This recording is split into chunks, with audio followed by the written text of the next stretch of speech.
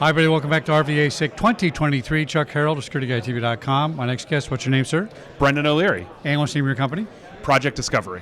Project Discovery. And you're giving a lecture tomorrow here at RVAsec. I am. Now, what a great title. Shakespeare, Bacon, and the NSA. Tell us what that means. Yeah. It has very little to do with Project Discovery, interestingly enough. So it's about it gets even more fun before it gets back to security. It's about a Quaker poet named Elizabeth Smith Freeman, who ended up inventing a lot of what we consider modern cryptology. Interesting. So her and her husband, William Freeman, spent a lot of time deciphering codes during World War I, and then I heard about them. Yes, and then William went on to found the Army Signal Corps, which eventually becomes the NSA. And Elizabeth actually fought the Silent War, decoding Nazi messages to their colleagues in Argentina and South America during the silent part of World War II, when we weren't in the war technically yet. Right. Yeah. Well, that's a great title. It makes sense now. Yeah, exactly. Very, very good. Now, what made you want to tell their story? So it's an interesting story. For one, I think it's it's in an age where I like to say that crypto means cryptography, right? Originally, and two, I think there's a lot of lessons to learn about how they approached problems. They were all brand new problems to them at the time, right? During previous wars, there were some codes. I mean, codes have been around for a long time, but World War I, now radio became a thing, and so encrypting your message became that much more important because anybody with a radio could listen to it over the air. And so that kind of application of an old technology to a new problem is something I wanted to talk a little bit about, and how it applies to us today is recognizing the contributions of everyone, right? Elizabeth Smith, it won't surprise you, was not recognized in her time for all the accomplishments she had until much later, when some of her papers were discovered. Remember Hedy Lamarr, the actress? Exactly. She invented modern-day Bluetooth. Yes, exactly. Like, what? Yeah. Yeah, fascinating. So it's a really fascinating story, and I try to tie it back into how we look at problems today and what we can learn from the past. Now, it's interesting to say this. I had these discussions with my millennial children, who are both very smart as a, what do you call it? Smart as a tack or sharp as a tack, whatever, right? But not sure when they call me and say, Dad, how do I do this? No offense, kids. I'm just saying, it's about problem solving. Yes. I'm kind of self-taught. So I look at something and say, a toaster's broken. Should I fix it or not fix it? I'm going to take it apart and figure it out. Do you think people rely too heavily on the book learning parts of things instead of trying to problem solve? It's a different process, isn't it? It is a different process. I think both are important. Yeah, they are. But I'm also very much self-taught, and so I think it's important to embrace that, and most importantly, embrace that everyone is learning all the time, right? And our industry, I think, is.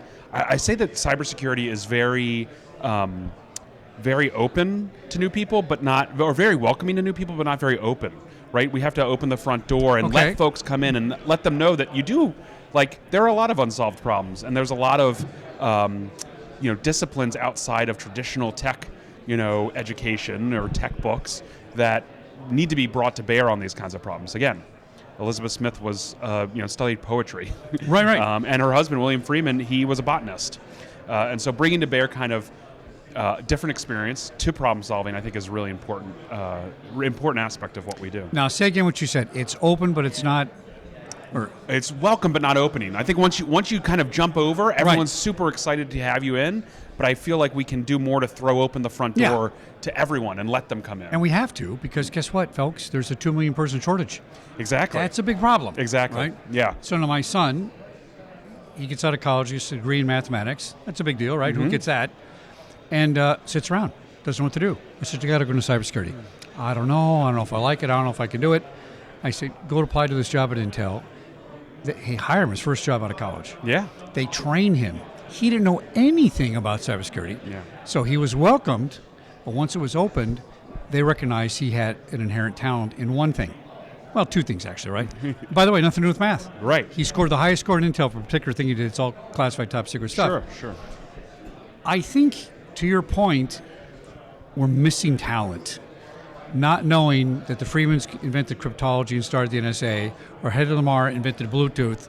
It's like, what? I think that happens all the time. We don't see it and pay attention to it. It really does. It really does. So I think it's important to tell those stories to encourage everyone. That everyone can contribute to cybersecurity, and that's Project Discovery. We state our mission is to democratize security. I like that saying. And so we really see that as something that's really important. And we build a lot of open source tools and encourage folks to come and contribute and use them.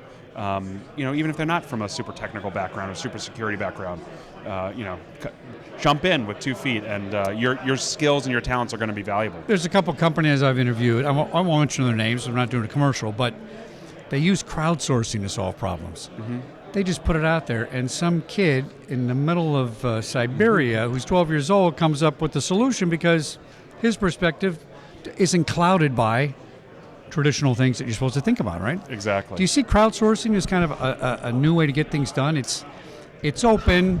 You're not going to make money at it per se, right? Because we're driven by economies and things like that. But I think it's really a solution. I think it is. So before Project Discovery, I was at a company called GitLab. It's also based on an open source tool. And I think the more that we can bring many eyes to a problem, the shallower every problem becomes. And so I think that if we can work together and bring, again, everyone's unique talents to bear on a problem, it can help everyone out. And then, of course, you have to make money in the end with it. But we can do that from large organizations that are able to kind of front the bill for these kinds of things, where the individual can benefit from working in community and understanding and helping to solve problems in community. What am I going to take away from your lecture? Am I going to be motivated to get up and try a new thing? Sounds like it. I hope so. Yeah. I hope everyone can be motivated to understand that their particular skill set can be brought to bear on the problems for cybersecurity, even if they don't come from a traditional background. Mr. Brennan, good to meet you, my friend. Yes, good luck thanks at for your having me lecture. Back in here at RSA. Sorry, Jake. It's close. RBC. RVA. RVAsec, yeah. RVAsec. I'll get it right. I got you. Thanks for coming on the show. Thank you very much.